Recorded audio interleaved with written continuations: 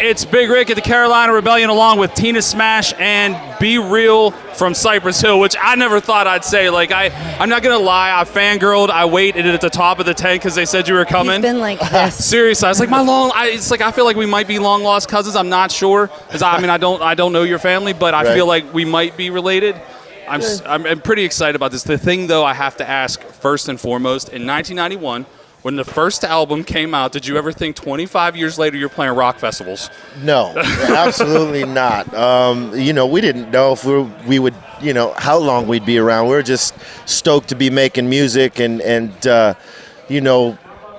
just living the dream at the time, or what we thought it was. And fortunately, it caught fire and it went outside of the hip hop community into the rock world and everything, and turned into something else for us. So it's been great.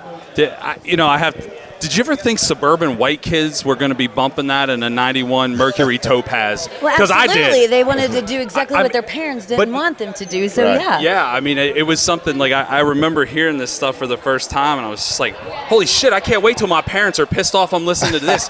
And, my old man's like, is that about weed? Is that about the weed? And it was some Yes. of it, yes.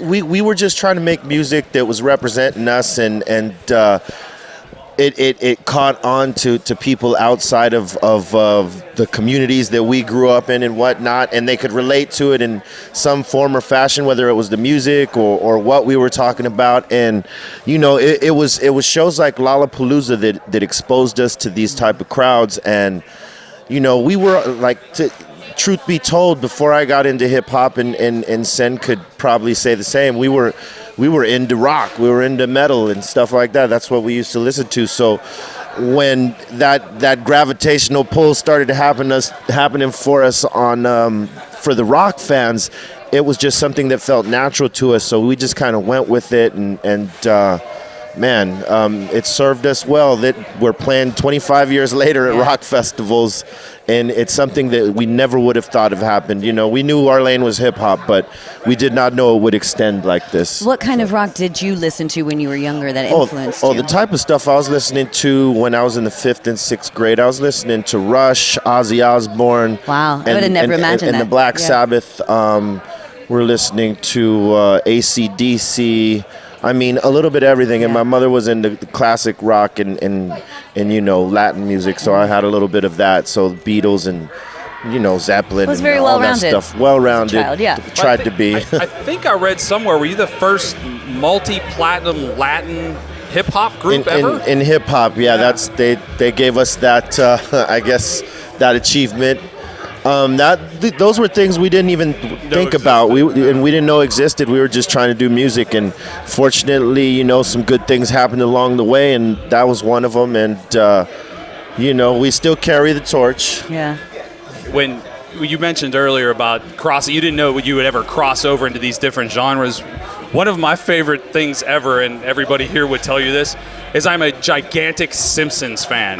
And right. There was the Lollapalooza or the Homerpalooza. I can't remember the name of the episode. The Homerpalooza. But it was like you guys and Smashing Pumpkins and things like that. What was it like becoming a Simpsons character? That has to hit you in a weird place. It was the craziest thing because, we'd all watched The Simpsons. It was huge. It's iconic in American culture and TV and all that stuff. It still goes to this day. Yeah. So we were surprised that they wanted us, and then when we got in there and we said the lines, and then we finally watched it, we're like, wow, we're in the fucking Simpsons. That was one of our milestone moments. People always ask us, what are the things that stand out to you in your career? One of them is always been Saturday Night Live. Sure. And we got banned from there.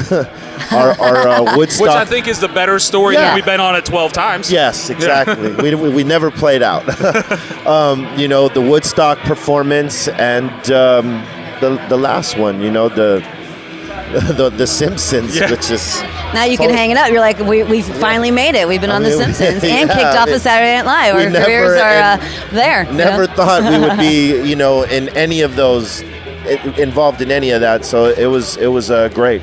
It was fun to watch too. I love how they've crossed over into so many different real life type of things. I mean, The Simpsons affects everybody from 13 to 70. How was the process of doing that? Because you're in a room and you don't really see what's going on, and you're acting, but you're really not acting. Was that a difficult thing to do? It's pretty much like, for voiceovers, it's you just got to catch your character. With us, we were just being ourselves, so it was easy. You're like just one take and done. acting like stoners, know. But I could imagine that, when they do the actual voiceovers with the script and they're doing it with each other, there's got to be a certain motivation to get into that character. And that was something I was always intrigued with. So I could see myself doing something like that later. But it was dope just to see the process and be around it. I can imagine. Like, wow, this is where they make the Simpsons. This is the shit. Now that I fangirled, I'm going to try to ask an actual music-related question. When you guys teamed up with Tom Morello and Rise, it was so natural for rock radio. I thought, at least, it made so much sense. And every day I do something from noon to 1, the Liquid Lunch.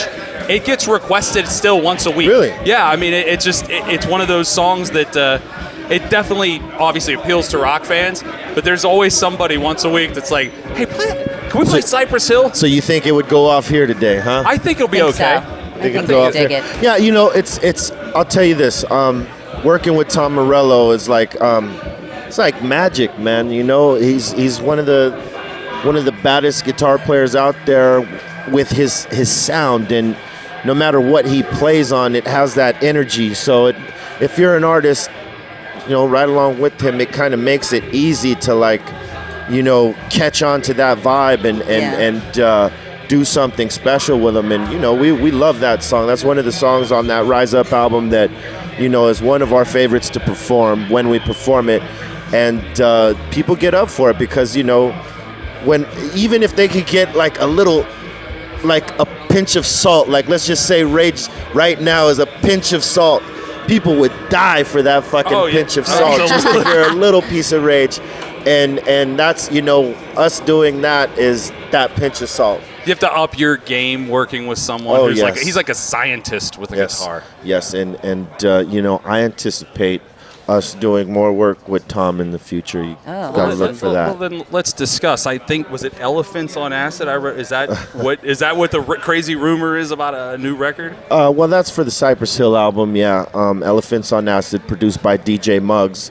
It's gonna be some, psychedelic, dark psychedelic, very moody, vibey, much like our Temple of Boom album, kind of like that. It was very dark, and we're going back to that for this particular. Why'd you choose Elephants on Acid as opposed to monkeys? Excuse me. Why'd you choose Elephants on Acid as opposed to monkeys or lions? Monkeys monkeys Just are great. Curious. And lions are ferocious. That's true. But the Elephants will forget. No, they never forget. They never forget. I never forget anything. Well, we'll never forget this. It's Be Real from Cypress Hill here at the Carolina Rebellion for Rock 105 and Big Smash Radio. That was a good question, though.